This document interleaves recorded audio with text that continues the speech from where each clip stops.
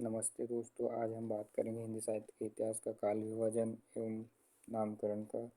इसमें हम देखेंगे सर्वप्रथम इकाई की रूपरेखा क्या रहेगी। इकाई की रूपरेखा रहेगी, उद्देश्य क्या रहेगा, प्रस्तावना, हिंदी साहित्य, काल विभाजन एवं नामकरण, बोध प्रश्न।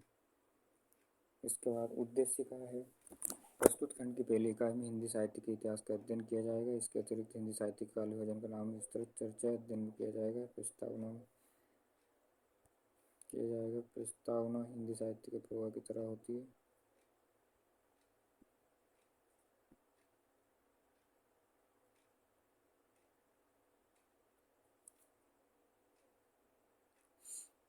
साहित्य साहित्य क्या है। साहित्य नदी के प्रवाह की तरह होती है जो निरंतर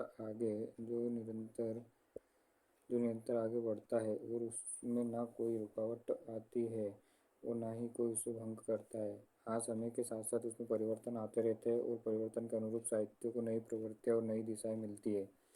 किसी भी साहित्य के इतिहास का काल विभाजन करने की सर्वाधिक उपयुक्त प्रणाली उस साहित्य में प्रवाहित साहित्य धाराओं, विविध प्रवृत्तियों के आधार पर उसे विभाजित करना।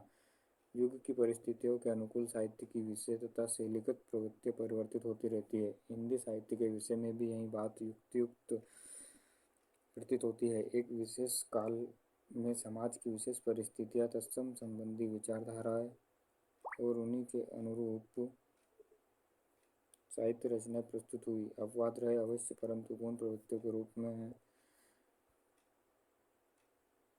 काल विभाजन करते समय स्वयं आचार्य रामचंद्र शुक्ल ने विभाजन के आधार के संबंध में अपना मत स्पष्ट किया। उन्होंने कहा है कि जबकि प्रत्येक देश का साहित्य वहाँ की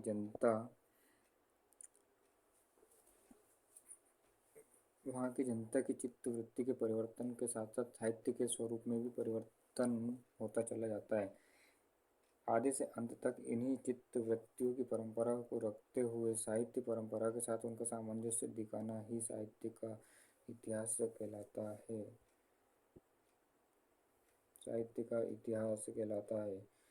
और उसके बाद हम देखेंगे हिंदी साहित्य के इतिहास की सामग्री। भक्तमाल, 84 वैष्णव की वार्ता, 252 की वार्ता आदि ग्रंथों में मिलती है, किंतु काल विभाजन और नामकरण की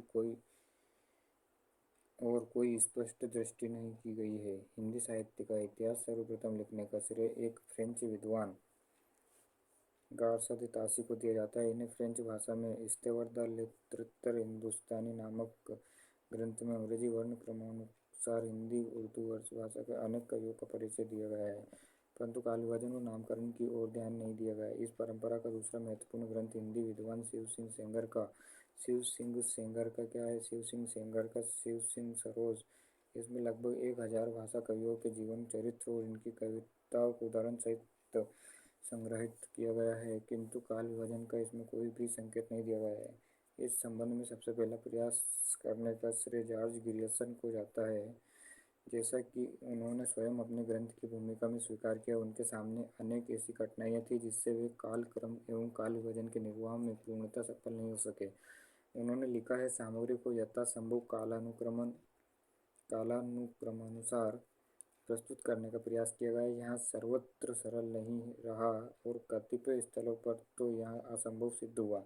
इन्होंने हिंदी साहित्य के इतिहास को निम्नलिखित 11 शीर्षकों के अंतर्गत विभाजित किया गया है। चारण काल, कुंभल काल, घुसर काल के अंतर्गत इन्होंने विभक्त किया गया है। आगे चलकर मिश्र बंधु विनोद 1913 में काल विभाजन का नया प्रयास किया, जो प्रत्येक दृष्टि में ग्रियर्सन के प्रयासों से बहुत अधिक प्रौढ़ और विकसित रहा है। इनका विभाजन इस प्रकार था। आरंभिक काल को 2 भागों में बांटा गया, पूर्वारंभिक काल, उत्तरारंभिक काल, माध्यमिक काल, अलंकृत काल, परिवर्तन काल, वर्तमान काल। मिश्र बंधुओं के अनुसार रामचंद्र शुक्ल ने सन 1929 में हिंदी साहित्य का इतिहास प्रस्तुत करते हुए काल विभाजन का नया प्रयास किया। इनके काल विभाजन में अधिक सरलता, स्पष्टता, सुबोधता अपनी विशेषता के कारण यह आज तक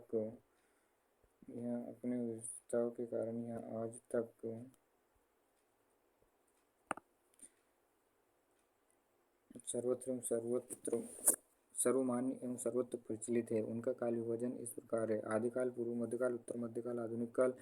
आचार्य शुक्ल के पश्चात डॉक्टर रामकुमार वर्मा का नाम इस प्रसंग में उल्लेखनीय माना जाता है।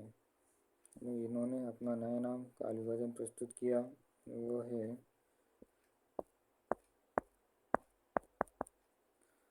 संधि, चारणकाल, भक्तिकाल, रीतिकाल, आधुनिक काल।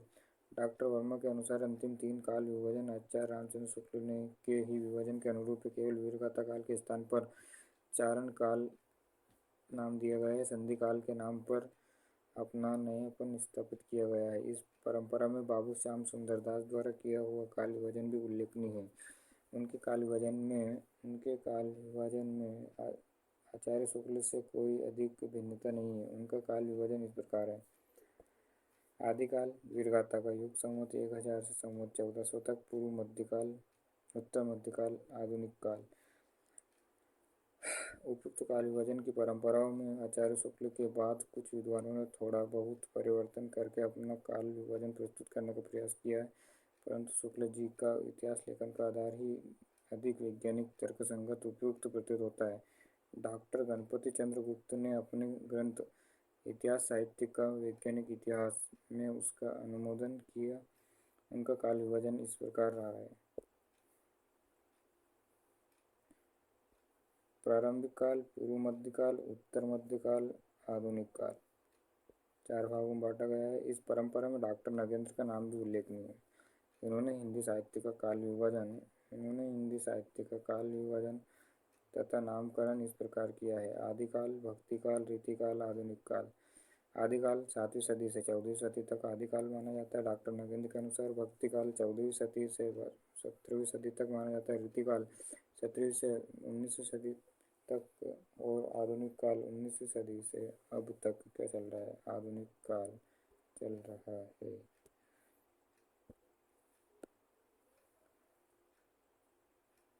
फिर पुनर्जागरण काल, भारतेंदु काल, जागरण, छायावाद काल 1869, छायावाद काल, प्रगतिवादी काल।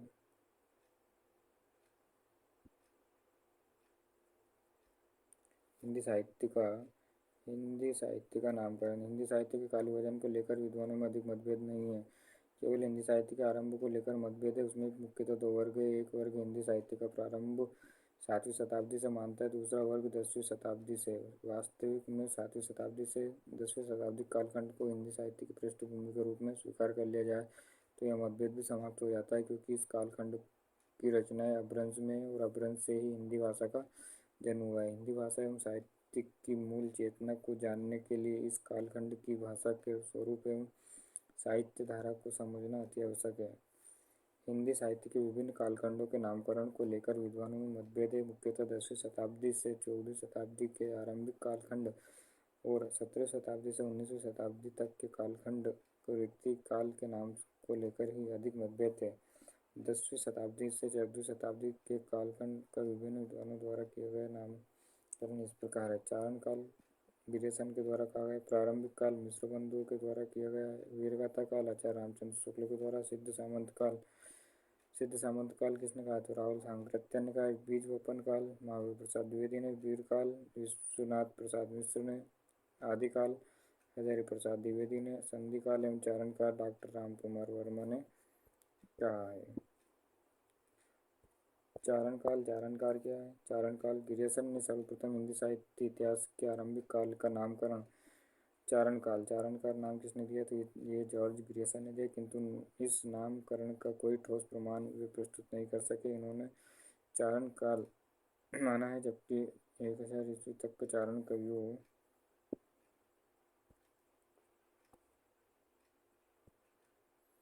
द्वारा लिखित चारण कवियों द्वारा लिखित उपलब्ध नहीं होता है। यहाँ नामकरण उपयुक्त नहीं है। प्रारंभिक काल मिश्र बंधुओं ने तक ईस्वी तक के काल को प्रारंभिक काल नाम से विभक्त किया। यह नाम किसी साहित्य प्रवृत्ति का द्योतक नहीं है। यह एक सामान्य संज्ञा है। यहाँ क्या है, यहाँ एक सामान्य संज्ञा है। इसमें देखेंगे पहला वीरगाथा काल आचार्य रामचंद्र ने अपने हिंदी साहित्य के इतिहास में